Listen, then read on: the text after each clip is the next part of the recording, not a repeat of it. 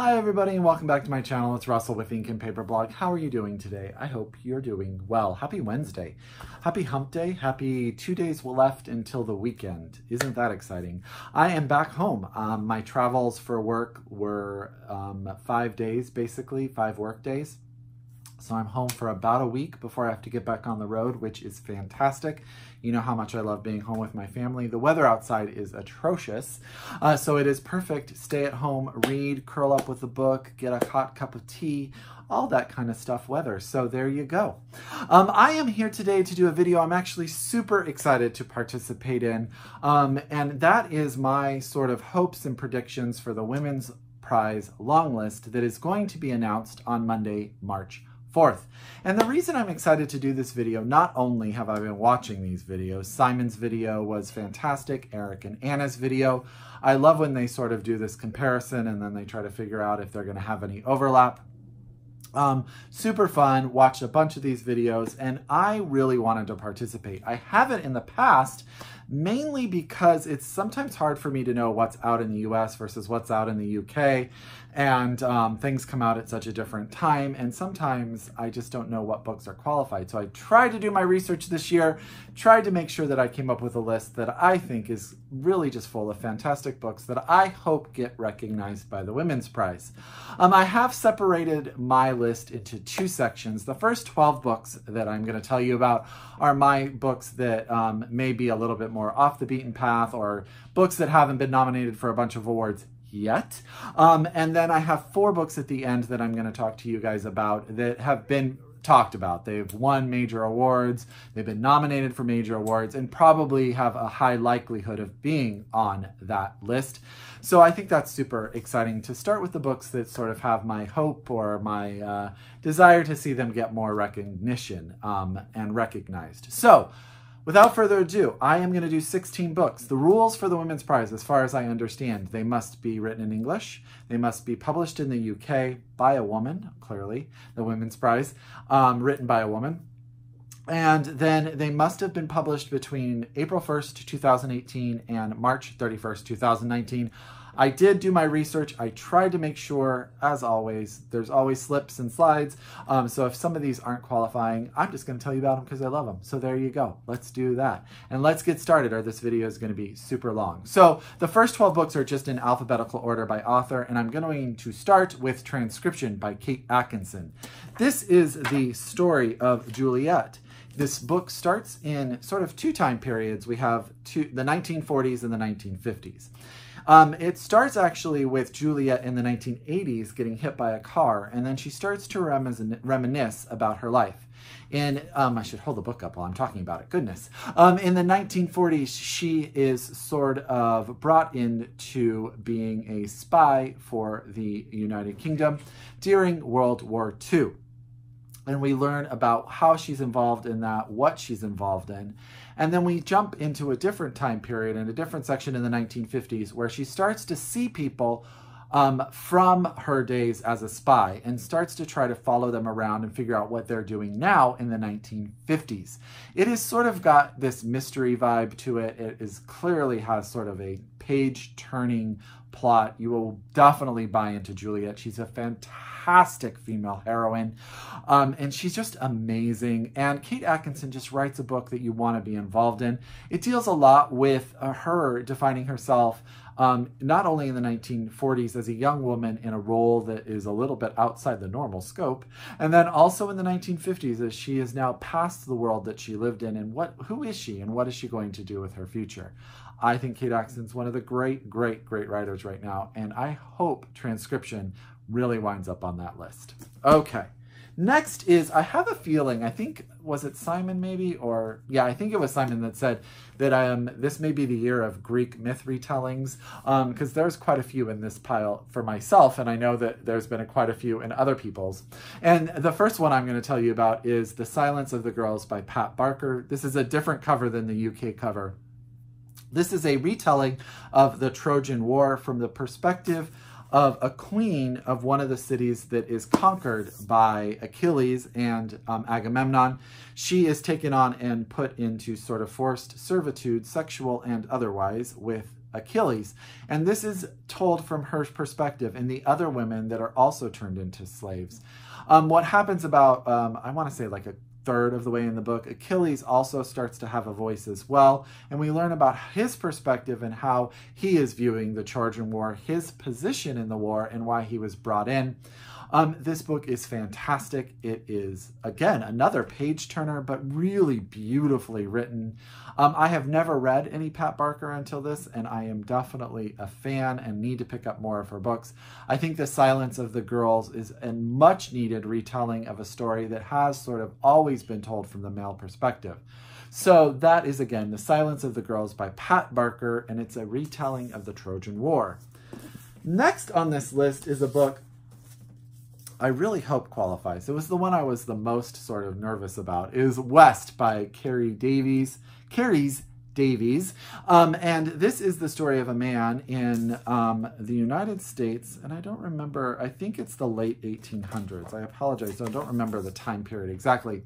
He reads an article in the newspaper about the discovery of some bones. He leaves his young daughter with his sister and goes on an adventure to find these bones for himself. He wants to be the man who discovers these fossils in the middle of the United States.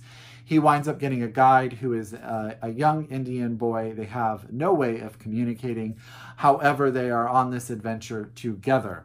We also get the perspective of the daughter who has been left at home and how her life has been affected by her father going on this quest, and sort of the perils of a young girl left sort of unwatched. The sister, the father's sister, is not as dutiful as she should be. I thought this book was powerfully written, powerfully told. It is a slim novel. I hope it makes the word count. I know that there is also a word count. I have 2 books that are slim in nature, but I really remembered. I was totally enthralled with this story and really hope to see West by Carrie Davies on the long list. Next is a book that I didn't actually get along very well with, but I think has a lot to say and is also a brilliant debut novel, and that is Freshwater by Akwaeke Emezi, and I am saying her name wrong. I truly apologize. This is the story of a young girl who is basically preyed into being by her parents in Nigeria, who has voices in her head that she believes are the voices of the gods that created her. She does come to the United States, and there is an event that occurs that sort of makes one of these voices take control of her life. This book is told in a weird sort of second, third person narrative. I don't know how to actually explain it. Sort of this royal we discussion. I struggled a lot, and I think it was the style, but I definitely think that she is an author to watch out for. I think she is brilliant. I think that this book could be for you. It just didn't work for me only because I don't think that I was there in my head. But I definitely think that it is a book that the Women's Prize maybe would want to recognize because it is a brilliant debut novel. And that is Freshwater by I'm just going to hold the name up there. I really try to say that name every time, and I don't. I just don't. I think that the US cover, by the way, blows the British cover out of the water. Just saying. Next is a novel that I know you guys have heard me talk about, and that's The Incendiaries by R.O. Kwon. This is a story of faith. We have a young man who is gone to a new college because he has left seminary school, and he has become infatuated with a young woman named Phoebe who has lost her mother, and there is a dark story there. She becomes involved with a man who is building his own religion and sort of cult-like nature. And this is the story of Will, as he, Will, as he observes Phoebe dealing with her search for faith, this man's development of faith, and his own loss of faith. I thought this book was beautifully written, very, very driven, very philosophical in its review of faith and religion, and also just a page turner when it came to what was going to happen next. I think it is fan-freaking-tastic. So I really hope to see The Incendiaries by R.O. Kwon on that list. Next is a book that in this part of the thing is the only book I think that I have not, no, there's another one. I've only not read two in this part, and that is Crudo by Olivia Yang. Laing. This came out in the UK. It has a different cover, and they win the cover battle in this one. This is the story of a young woman named Kathy. I say young, I think she's 40. She's my age, so I still want to be young. She is a commitment-phobic, and it takes place in 2017 as she deals with coming to terms with getting married, but she also has sort of this stream of conscious story about what is going on in the world. She's dealing with Brexit, she's dealing with her marriage, and it takes place during the summer of 2017. And yeah, I've heard nothing but fantastic things about this book, and I really hope that it's probably, a couple of these are pretty short, so I hope they make the word count. But I think it definitely has something to say. I think it has very much the feel of a book that is timely and powerful and deserves more recognition than it got. I know on BookTube it was pretty popular for a while, so I hope that to see it on the long list, and that is Crudo by Olivia Yang. Next book on my list doesn't come out until this month, and that is The Other Americans by Leila Allam. Now, she was already... her novel Secret Song was longlisted for the Orange Prize, which was the Women's Prize iterations ago, and her book The Moors Account was actually shortlisted for the Pulitzer. This is the story of a family, a Moroccan family living in the remote desert part of California, dealing with the death of the patriarch, told from many perspectives. It deals with racism, it deals with isolation, it deals with family dynamic, it deals with PTSD as she is involved. The young daughter, Nora, comes home, should have said that already, comes home to the desert, the Mojave Desert of California, to bury her father and try to figure out who killed him in a hit-and-run accident. She runs into a young man who is back from the Iraqi war, and he is dealing with his own stuff. He is a police officer and trying to get himself into a life that he is more comfortable with. He falls for her, but is she ready for the intimacy he brings to the table? This is one of those books that is told from so many different perspectives, but amazingly brings all of the stories together. I am 99.9% sure that this meets the coming out in March. I think it comes out in the UK and the US in March. So I really hope that to see it on the long list. That is The Other Americans by Leila Allam, and I thought it was freaking brilliant. Next is a book that was shortlisted for the National Book Award here in the US that I would love to see. I loved this book, and that's The Great Believers by Rebecca Makkai, told in two sections. One in the 1980s in Chicago during the AIDS epidemic. We have a young man who is dealing with the AIDS epidemic and his friend group. And then we have something set more close to the future as a mother in France as she searches for her daughter after she has escaped a cult and she is searching to reconnect with her daughter. Both of those stories, of course, interconnect. This book is brilliant, heartbreaking, bawling my eyes out good. Loved it, would love to see it get more recognition, would love more people to read it. And that is The Great Believers by Rebecca Makkai. Next on this list is a former winner, and that is Circe by Madeline Miller. I don't need to say much about this book because I think it's on a lot of people's lists to make the long list. The retelling of the Greek myth of Circe from the point of view of Circe. This book is empowering, has a fantastic female lead, really teaches you a lot about Greek mythology, but also gives you a new character, a new perspective. It is so, so good. If you haven't read Song of Achilles, do it. If you haven't read Circe, now's the time to do it as well, because I'm very confident this will make the long list because it is as amazing as her first book, if not more amazing. So there you go. And that's Circe by Madeline Miller. I'm going to have to revamp a little bit here in just a second. I told you there was a second book that I hadn't read on this list, and that is A Place for Us by Fatima, Farheen, Mirza. I know a lot of people really love this book. The reason I haven't read it is because of that. It has had so much hype. I'm trying to give myself some space. This is the story of an Indian family that comes together for a wedding after years of maybe not all being together. The son comes back to be the brother of the bride, and he has been away from the family for 3 years. Family secrets come out. Can he find his way back into the family? I know Jen Campbell absolutely loved this book. I think it was her favorite book she read in 2018. I know a lot of people really did. So I have a feeling if a debut novel is going to make this list, it may be A Place for Us by Fatima Farheen Mirza. So sorry about that. Okay, this big pile's got to move for a second as I get my next stack to go through real quick. The next book is the one that's probably the shortest, but I think is freaking brilliant, and that is Ghost Wall by Sarah Moss.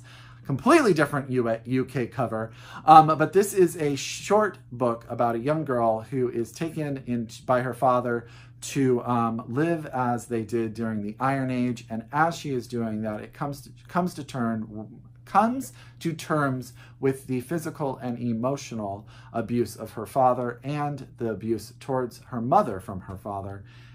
Powerful, fabulistic, feminist tale told with amazing style, amazing grace, and fantastic language. Ghost Ball by Sarah Moss is brilliant. And I think Sarah Moss is a brilliant writer, and I would really love for her to get recognition. Again, Ghost Wall by Sarah Moss. I know that it was out, and I know it qualifies. Probably one of my top 5 favorite books, I'm giving myself 5, in this entire list, is Women Talking by Miriam. Toews. I know I'm saying that wrong. I practice. Women Talking is a fantastic book that comes out in April here in the UK. I'm sorry, in the US, but is already out in the UK and Canada, so I'm 99% sure that it qualifies.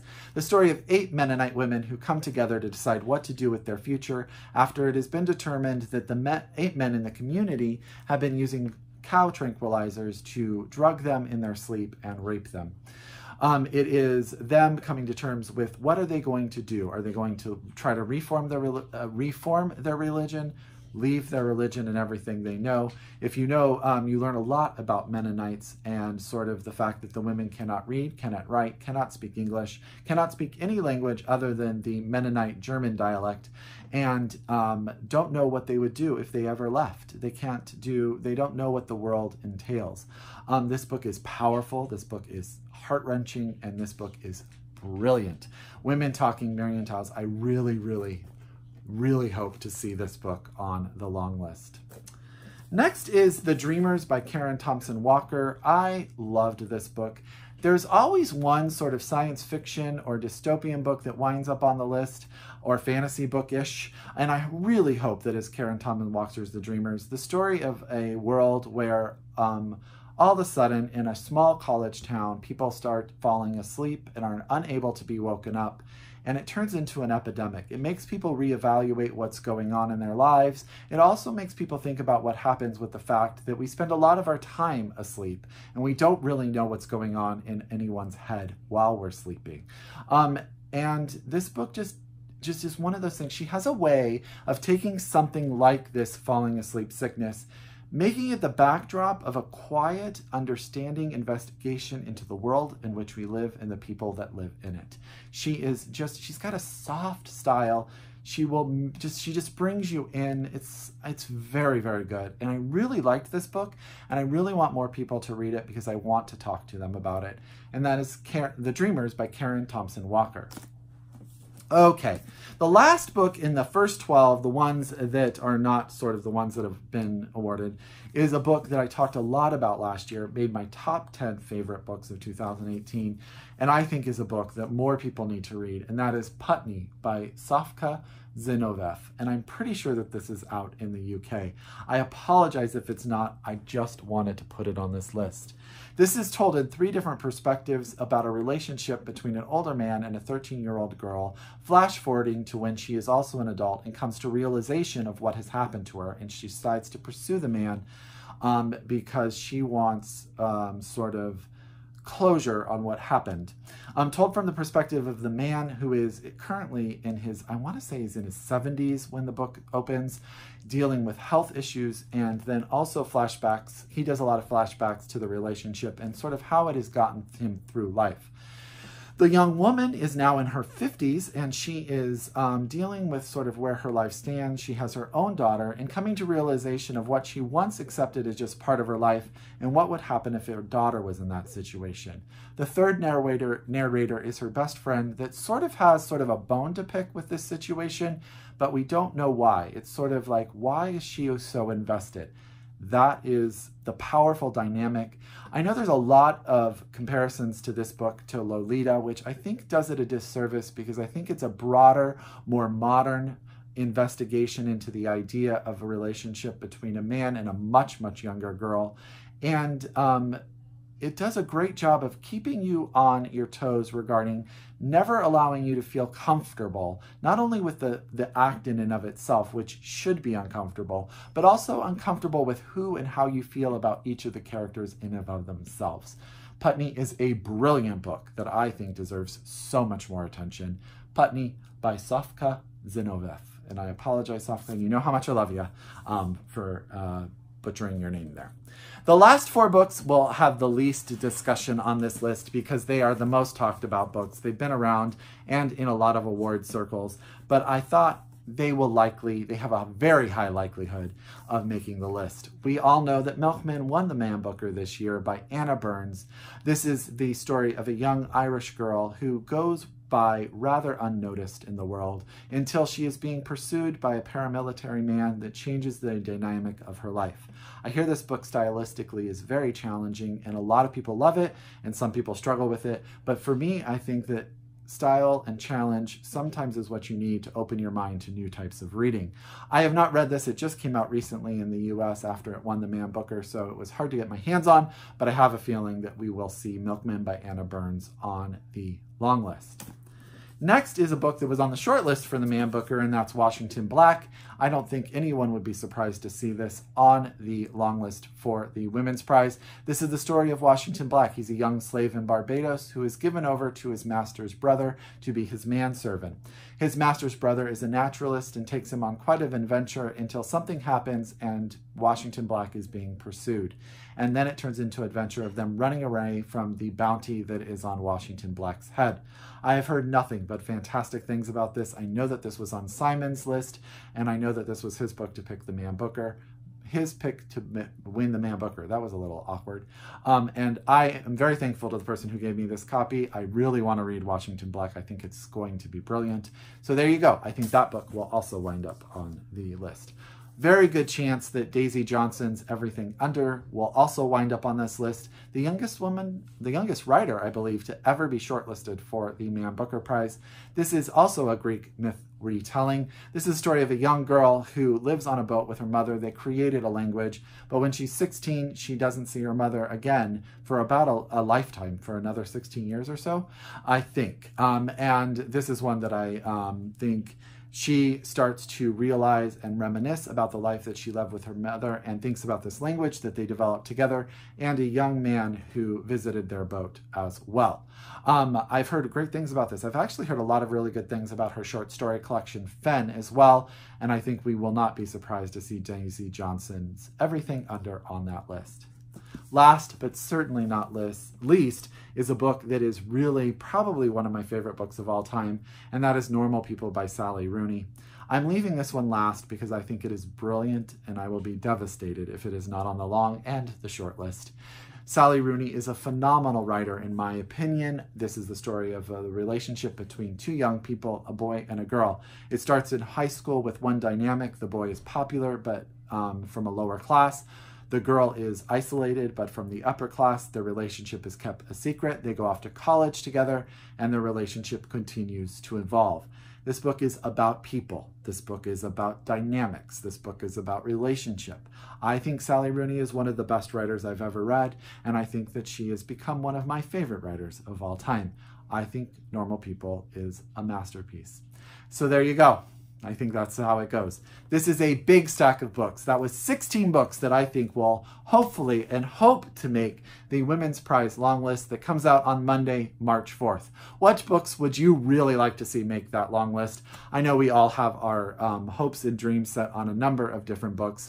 I hope you guys enjoyed this video. It was my first time making something like this. As always, if you're a return subscriber, I thank you so very, very much. If you're new to my channel and the Women's Prize long list book video is the first you watched, I hope you guys really enjoyed it, and I hope you stick around for other videos. Until next time, as always, I wish you happy reading, and I'll see you soon. Bye!